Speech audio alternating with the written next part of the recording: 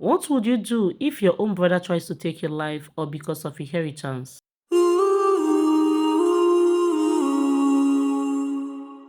This is what happened when greed blinds a man so much that he turns against his own flesh and blood. This is the heartbreaking and shocking story of Mr. Promise, a humble resident of Imo State, Nigeria, who narrowly escaped unalivement, not from an enemy but from his own brother. Mr. Promise came forward in a recent video to share the ordeal that nearly claimed his life. It all began with a piece of land, a part of their late father's property left behind for them as their family inheritance. Like many families, the division of property became a source of tension, but in this case, it turned into a matter of life and unalivement. After selling his own share of the land for 500,000 naira, Mr. Promise was approached by his older brother, who shockingly demanded 300,000 from the sale, more than half of the total amount he sold the land. Mr. Promise refused.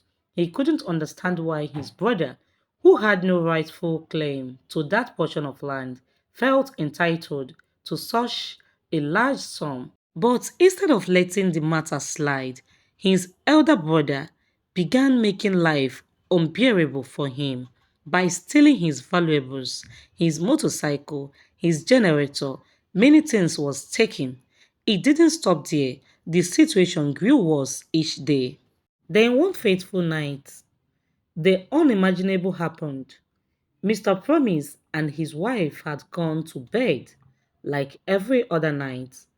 It was around 12:30 midnight when their lives changed forever. While they were fast asleep, acid was poured on them through the window. The burning pain woke them up in terror. They screamed in agony, their skin melting, the pain unbearable. It was a nightmare brought to life.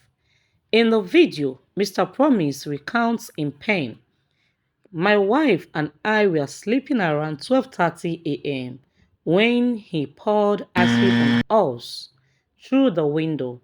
The trauma they suffered is beyond words." What makes it even more disturbing is that this wicked act was allegedly carried out by his own brother. The same blood, the same family, the same home. This man never knew his brother was having such devilish plan for him. Assuming that he had clue that such a plan was going on in his brother's mind, I don't think he would have stayed in that house with his wife that particular day this thing happened. This is why we need to be very careful. Do you know the worst enemy is household enemy? Yes, you can imagine that a piece of land, someone can actually attempt to unalive his own blood, his own flesh and blood, just because of a piece of land.